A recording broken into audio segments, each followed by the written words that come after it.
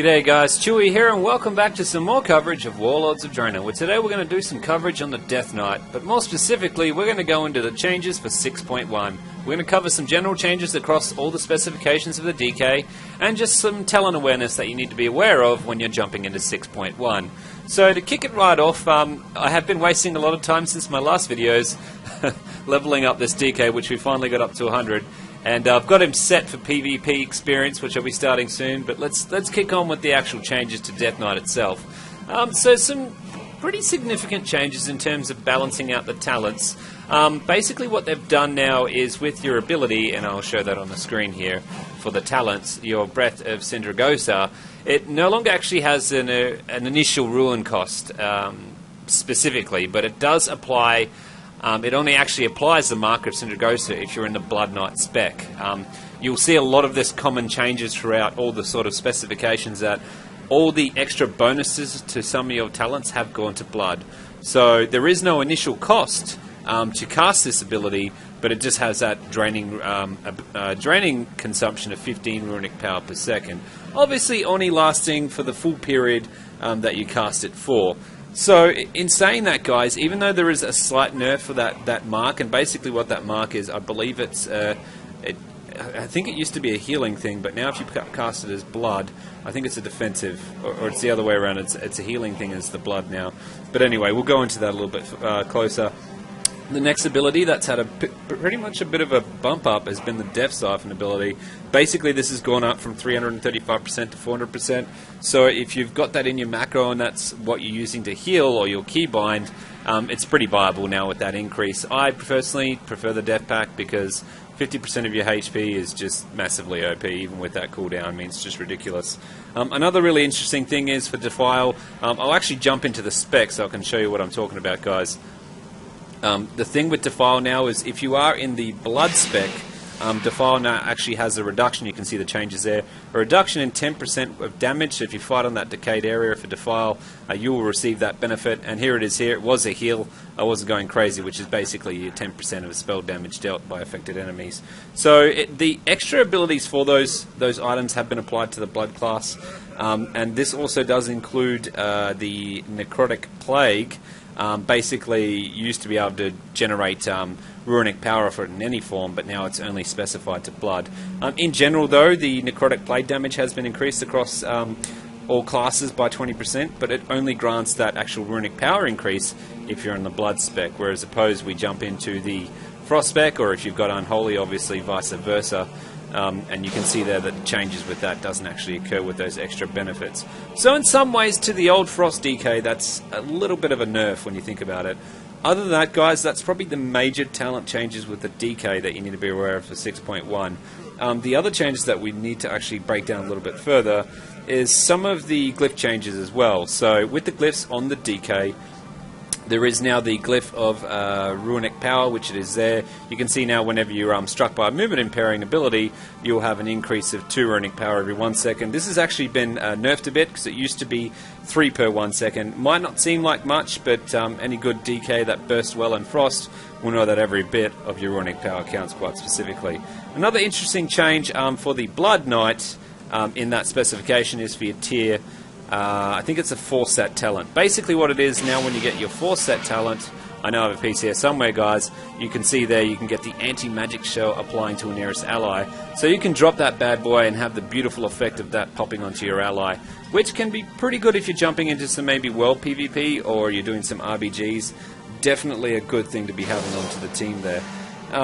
So other than that, with the DK, we've pretty much covered some of the changes that has occurred with the talents, and more specifically we've also talked about the changes with the actual glyphs themselves. So other than that, guys, there's nothing too major in a Death Knight. There hasn't been like a total rework of their skills.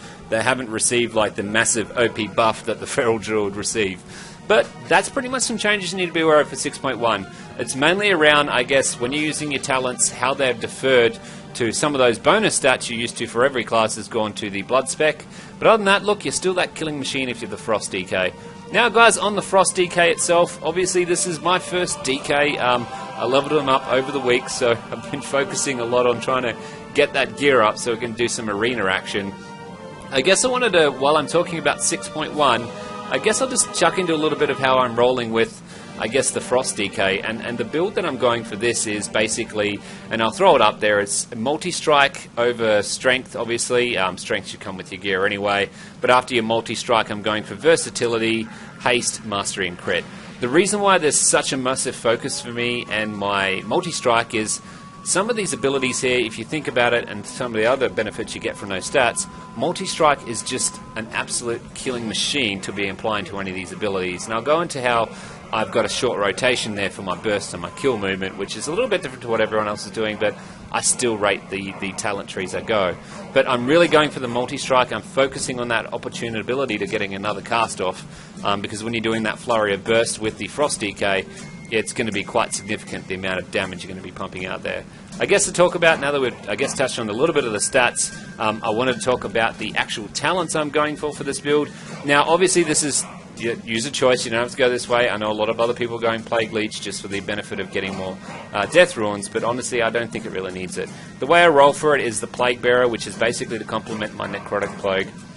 For the next tier, I'm going for the Lichborn, which is basically just another ability I have that I will keybind so I can quickly break out of a Sleep, Charm or Fear. Perfect for arenas. Obviously, Asphyxiate, guys, beautiful skill. It's absolutely important. As to this tier here, it really is up to you. I prefer to actually have the regeneration % chance increased by 100%, which goes quite well with our Frost presence, mind you. Death Pact is obviously my fan favourite for this. You can't give up that heals benefit. It's just absolutely awesome. The next tier, I do prefer Remorseless Winter over Desecrated Grounds. Desecrated Grounds is really, really good if you want to keep them in that environment. But I'm finding when I'm running in there and bursting, and I'm getting the opportunity to stun, starting with a Strangulate, charging in, activating my little bit of a Frost Pillar, Remorseless Winter macro I've created, and I'm getting that freeze at the end, which obviously doesn't counteract with the Strangulate. Getting the freeze at the end, because I've strangled them for that time, it's just like a double stun for us, so I love it.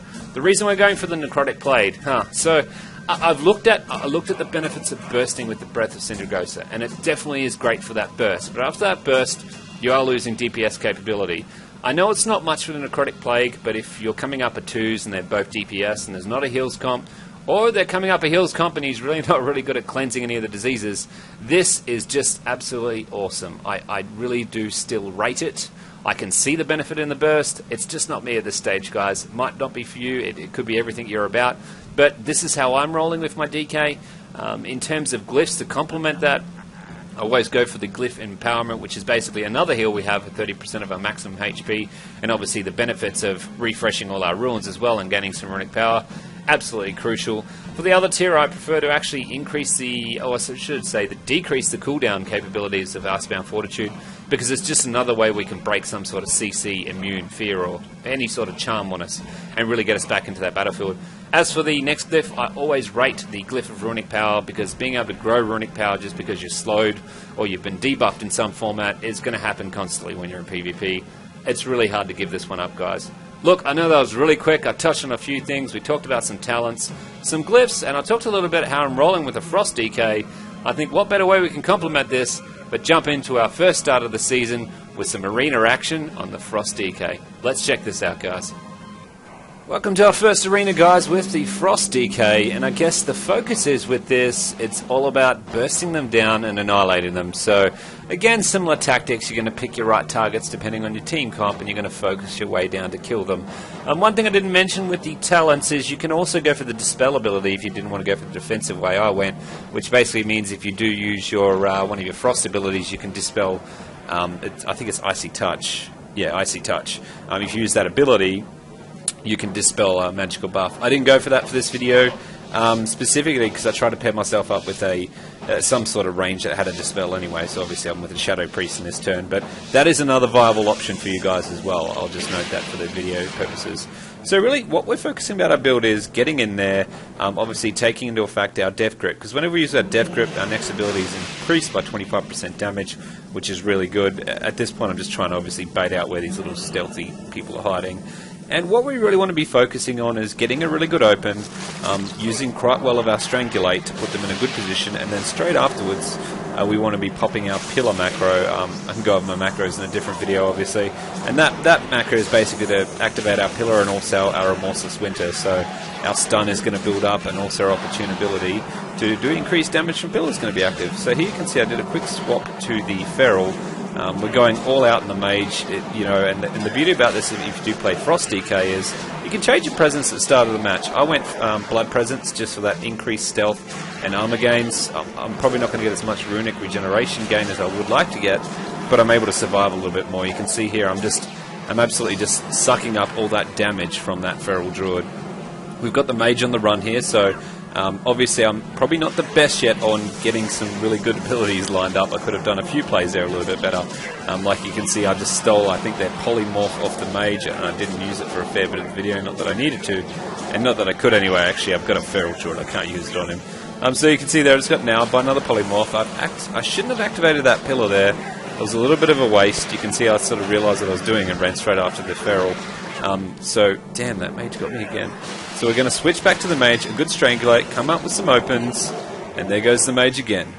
The beauty thing about the DK is the ability to go and, basically pop up that shield as well. It's just absolutely off the chain. You can see I swapped off the Mage because he was just getting too sticky to us. And I wanted to put a lot of pressure on that Feral Druid and really, I guess, keep him off my Shadow Priest, because I really can't have my Shadow Priest going down here.